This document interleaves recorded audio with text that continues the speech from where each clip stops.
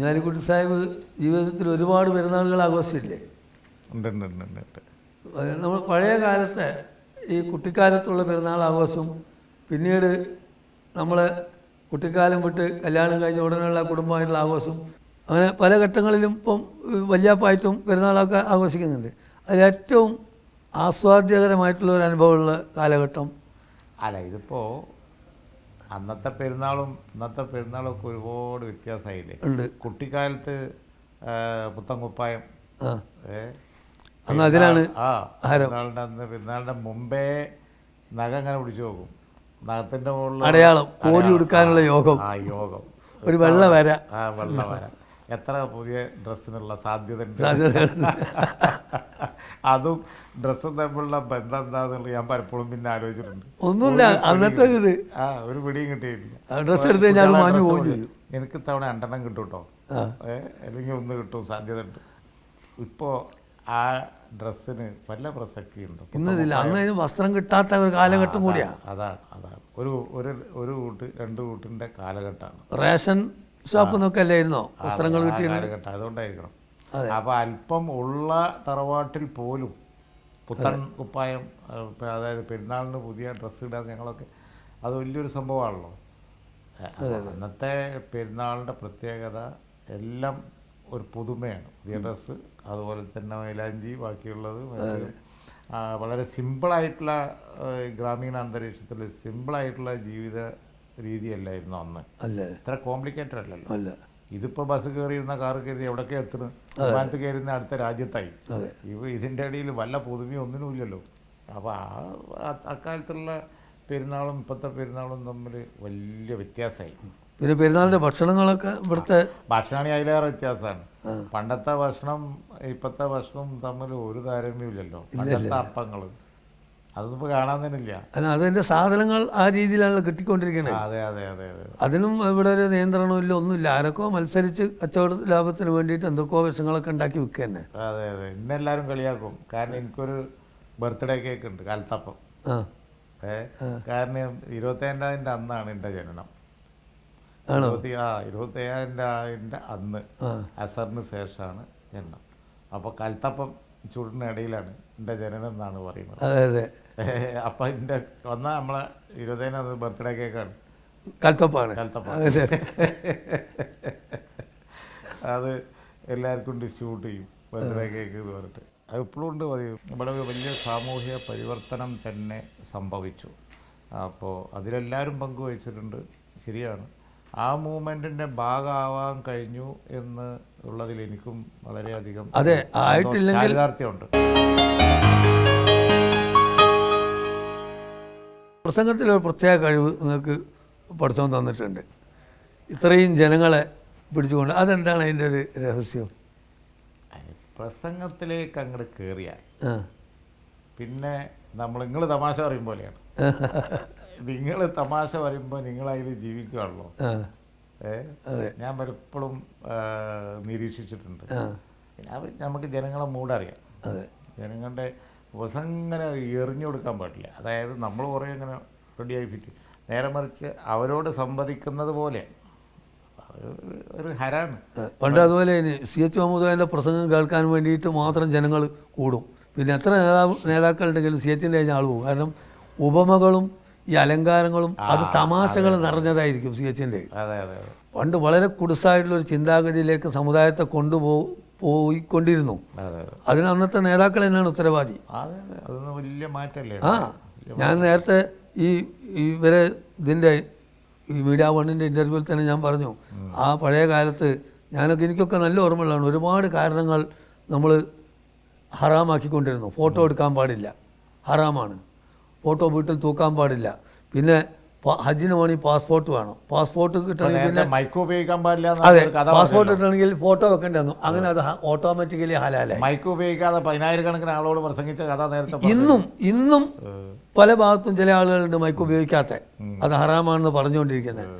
Video, ചില കല്യാണത്തിന് video പിടിച്ചാൽ ആ കുടുംബത്തെ മഹലിൽ നിന്ന് ഒറ്റപ്പെടുത്തിക്കൊണ്ടിരിക്കുന്ന ആളുകളുണ്ട്. അപ്പോൾ അത് അവരും ഈ ഇസ്ലാമിൽപ്പെട്ടവർ തന്നെ. ചില ആളുകളുടെ വ്യക്തിപരമായ കാഴ്ചപ്പാടുകളുടെ വ്യത്യാസമാണ്. അതും ഈ സമുദായം എന്ത് വെച്ചു, ഈ മതം പക്ഷേ അന്നും ഈ പുറമെയുള്ള ആളുകൾ വിചാരിക്കും ഇതൊക്കെയാണോ ഈ മതം, ഇത്രയും കുടുസായ ചിന്താഗതിയിലാണോ പോണത്? ഇതൊക്കെ കാലക്രമേണേ മാറുള്ളൂ. അതിനൊക്കെ ഈ മതസംഘടനകളും രാഷ്ട്രീയ സംഘടനകളും ശരിക്കും തുറന്ന് പ്രവർത്തിച്ചാലേ ഇതൊക്കെ മാറ്റാൻ പറ്റുള്ളൂ. ഇപ്പം നിങ്ങൾ പറഞ്ഞില്ല, മുസ്ലിം ലീഗ് വിദ്യാഭ്യാസത്തിനെടുത്തു, സ്ത്രീ വിദ്യാഭ്യാസത്തിനെടുത്തു, സ്ത്രീകൾ പുറത്തു വരാൻ പോലും പാടില്ലായിരുന്നു. ഇപ്പോൾ ഈ സ്ത്രീ സംവരണം വന്ന് എത്ര സ്ത്രീകൾ പഞ്ചായത്ത് പ്രസിഡൻറ്റും വലിയ വലിയ വലിയ തലങ്ങളിലിരിക്കുന്നു. വല്ല കുഴപ്പമുണ്ടോ? നമുക്ക് അഭിമാനമല്ലേ ഉള്ളൂ. അതേ ഉള്ളൂ. വലിയ മാറ്റമായി. ഇവിടെ ഒരു വലിയ സാമൂഹ്യ പരിവർത്തനം തന്നെ സംഭവിച്ചു. അപ്പോൾ അതിലെല്ലാവരും പങ്കുവഹിച്ചിട്ടുണ്ട്. ശരിയാണ്.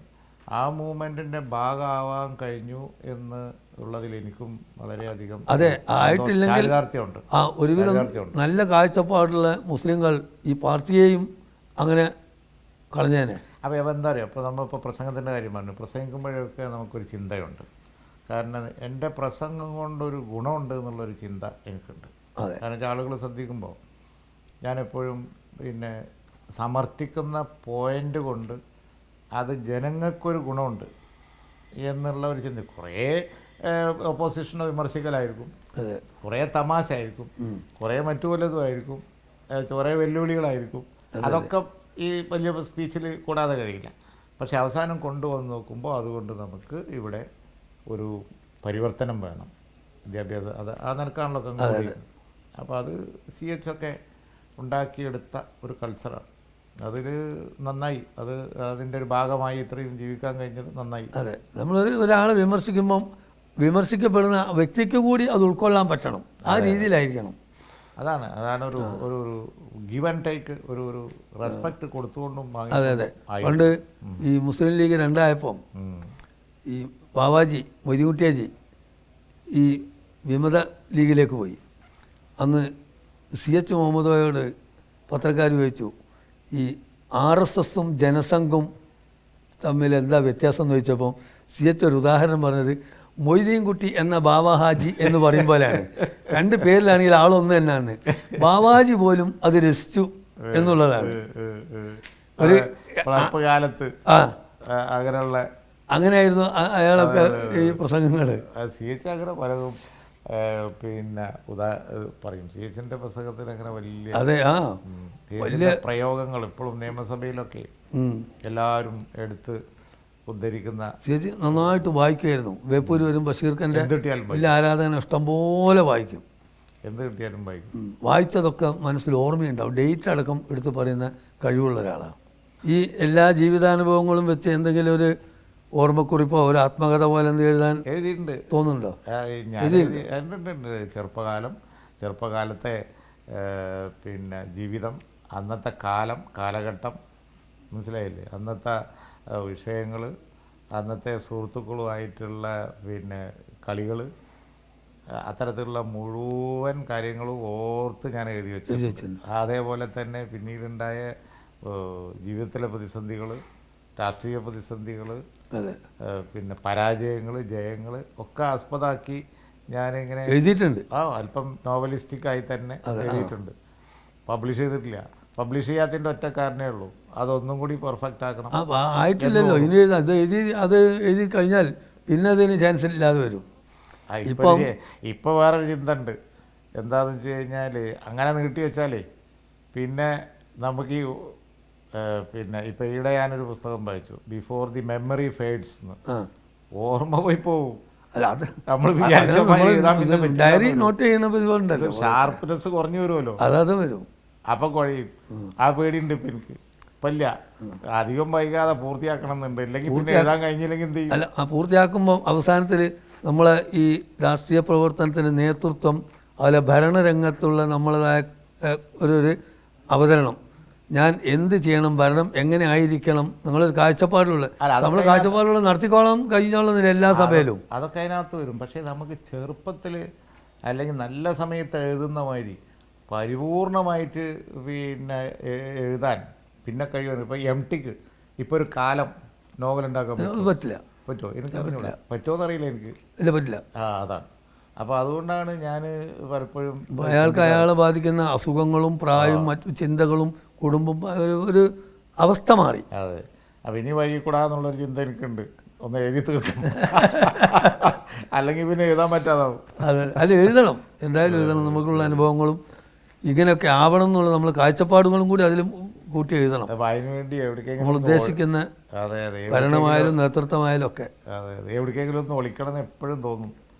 എവിടെയെങ്കിലും പോയി ഒന്ന് ഒരു ദിവസം ഇരിക്കുമ്പോഴേക്കും വരും വിളി. പിന്നെ എന്നാലും തീർക്കും, എഴുതി തീർക്കും. അപ്പോൾ ഏതായാലും ഈ പെരുന്നാൾ ദിനത്തിൽ മീഡിയ വണ്ണിന് വേണ്ടിയുള്ള നമ്മളെ ഈ ഇൻ്റർവ്യൂ അല്ല, നമ്മൾ തമ്മിലുള്ള സംസാരം ഒരു കാണുന്നവർക്കും കേൾക്കുന്നവർക്കും ഒരു ഗുണകരമായി തീരട്ടെ എന്ന് പ്രാർത്ഥിക്കുക. ചെറുപ്പത്ത് പോലെ വളരെയധികം ആസ്വദിക്കുന്ന മാമുക്കോയ സാഹിബിൻ്റെ കൂടെ ഇങ്ങനെ ഒരു ഇൻ്റർവ്യൂ നടത്തുന്നതിൽ നമ്മളെ സന്തോഷം. ഈദ് മുബാറക്. ഈദ് മുബാറക്. ഈദ് മുബാറക്.